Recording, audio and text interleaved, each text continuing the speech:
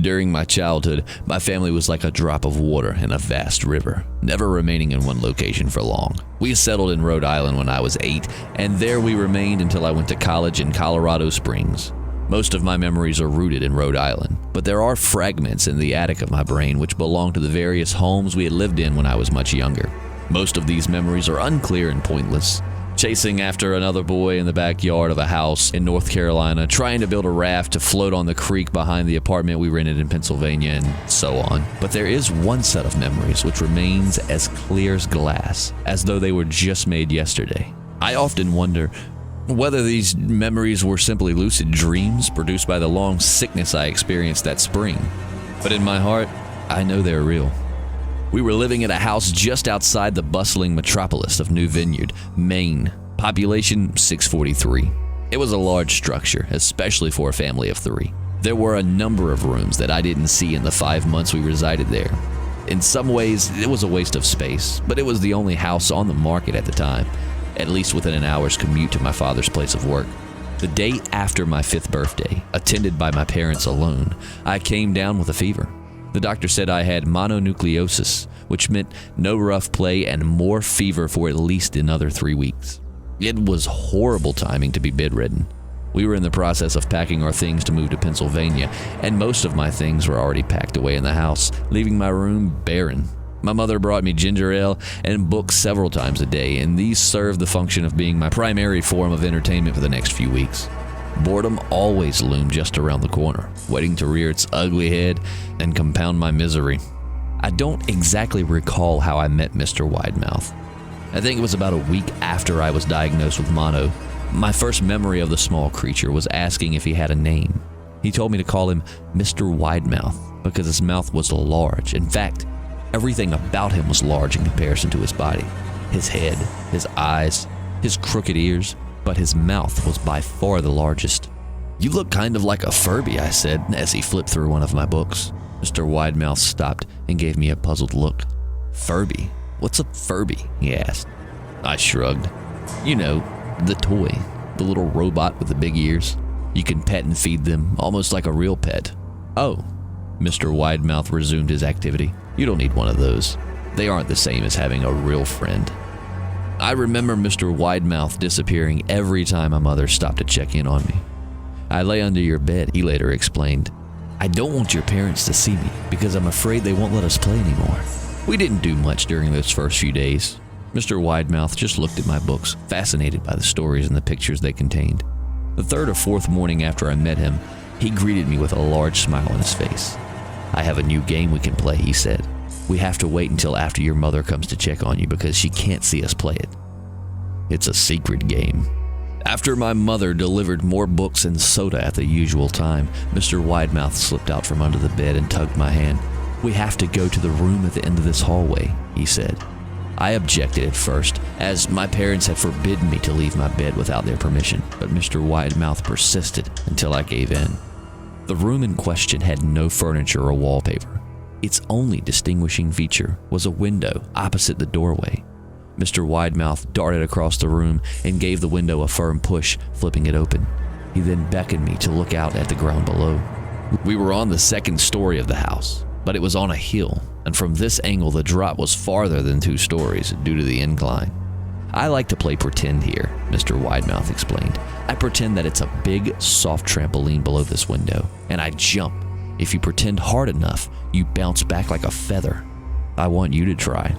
I was a 5-year-old with a fever, so only a hint of skepticism darted through my thoughts as I looked down and considered the possibility. "That's a long drop," I said, "but that's all part of the fun. It wouldn't be fun if it was only a short drop. If it were that way, you may as well just bounce on a real trampoline."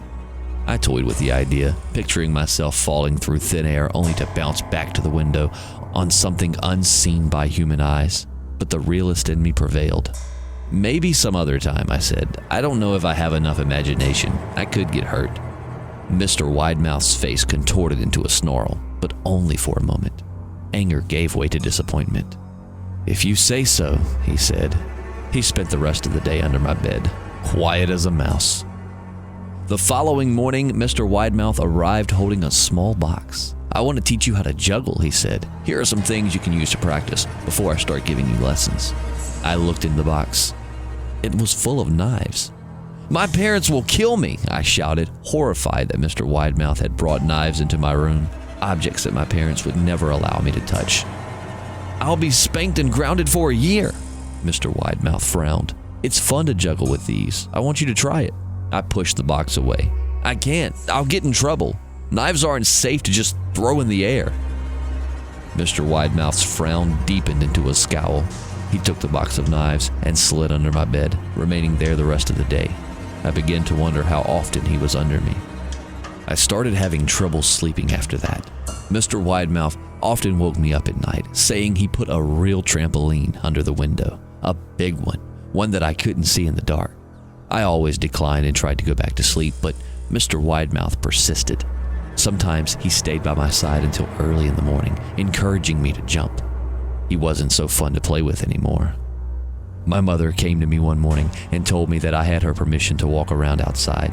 She thought the fresh air would be good for me, especially after being confined in my room for so long.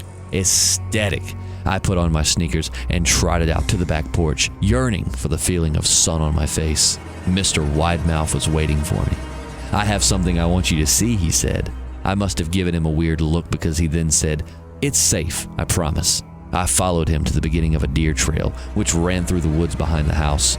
"This is an important path," he explained. "I've had a lot of friends about your age. When they were ready, I took them down this path to a special place. You aren't ready yet, but one day I hope to take you there." I returned to the house, wondering what kind of place lay beyond that trail. 2 weeks after I met Mr. Widemouth, the last load of our things had been packed into a moving truck. I would be in the cab of that truck, sitting next to my father for the long drive to Pennsylvania. I considered telling Mr. Widemouth that I would be leaving, but even at 5 years old, I was beginning to suspect that perhaps the creature's intentions were not to my benefit, despite what he said otherwise. For this reason, I decided to keep my departure a secret. My father and I were in the truck at 4 a.m. He was hoping to make it to Pennsylvania by the lunchtime tomorrow with the help of an endless supply of coffee and a 6-pack of energy drinks. He seemed more like a man who was about to run a marathon rather than one who was about to spend 2 days sitting still. "Early enough for you?" he asked. I nodded and placed my head against the window, hoping for some sleep before the sun came up. I felt my father's hand on my shoulder. "This is the last move, son, I promise. I know it's hard for you, as sick as you've been. Once Daddy gets promoted, we can settle down and you can make friends." I opened my eyes as we backed out of the driveway. I saw Mr. Widemouth's silhouette in my bedroom window. He stood motionless until the truck was about to turn onto the main road. He gave a pitiful little wave goodbye, steak knife in hand. I didn't wave back. Years later, I returned to New Vineyard. The piece of land our house stood on was empty except for the foundation, as the house burned down a few years after my family left. Out of curiosity, I followed the deer trail that Mr. Widemouth had showed me. Part of me expected him to jump out from behind a tree and scare the living bejesus out of me. But I felt that Mr. Widemouth was gone, somehow tied to the house that no longer existed. The trail ended at the New Vineyard Memorial Cemetery. I noticed that many of the tombstones belonged to children.